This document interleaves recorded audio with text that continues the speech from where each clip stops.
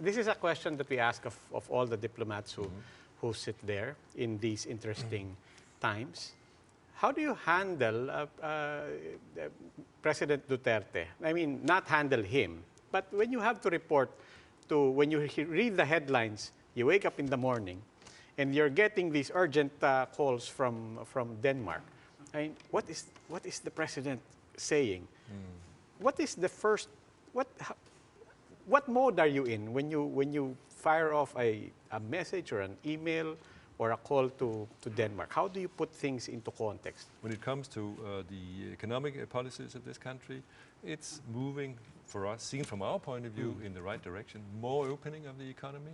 This government with the excellent economic ministers, secretaries have taken a number of steps already and still want to move it further to create a level playing ground between local and international companies, but also getting rid of the corruption, for example. I had a very good example here recently. There's a new authority, ARTA, Anti-Red Tape Authority. And I said to my staff, because we had an example with a Danish company that had applications with FDA for 3 years and couldn't move it. I said, let's try it out. We invited them together with FDA. Within 1 week, problems they had for 3 years were solved. Okay. Wow. And one of the products, by the way, was on obesity. And this company will very soon launch a campaign for the product on obesity, which unfortunately is a pretty serious problem in this country. So what's the reaction of when you tell this to the Danes? They are surprised.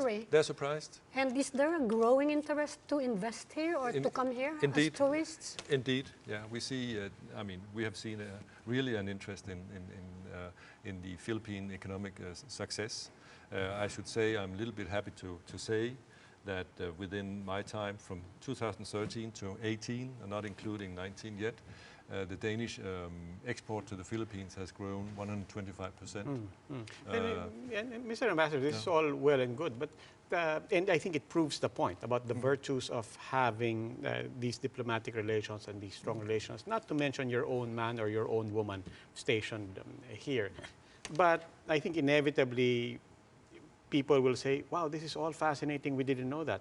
But going back to what the President said yesterday about the EU, or for that matter, every country that voted for the Iceland resolution and so on, and it's hard to get past the headlines, as you said, as you've acknowledged.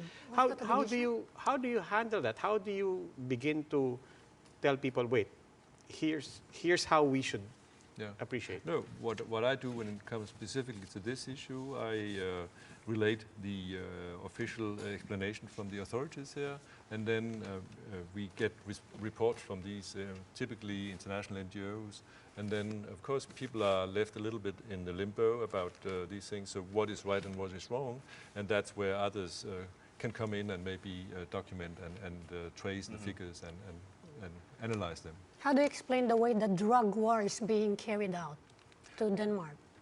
I mean, Europe has a very serious drug problem as well. First, I would say that it's, of course, absolutely necessary to do something to the drug problem, also in this country. We deal with that also in Denmark. So steps have to be taken. The question is, of course, how do you do it? There's no doubt you need a many-pronged approach to really be successful. I mean, just trying to do it in one way will never succeed. No historic example of that. But doing different things on the police work, but also the therapeutic work and education to a large extent, you have to deal with all these aspects.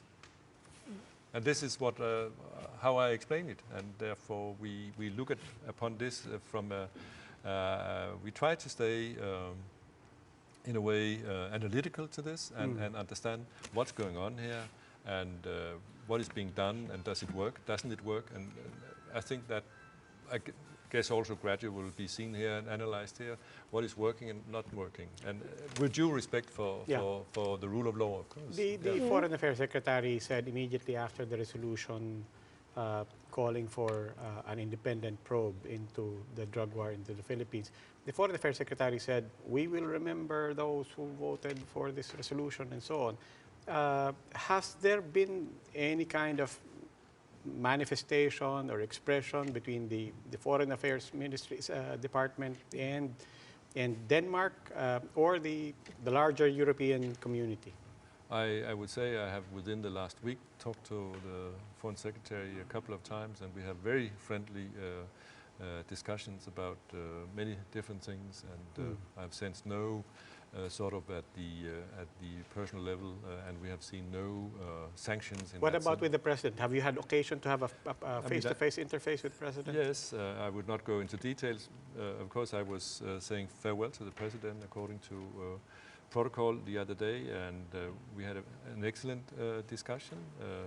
I would say frank, open, and respectful discussion where we touched upon a number of issues.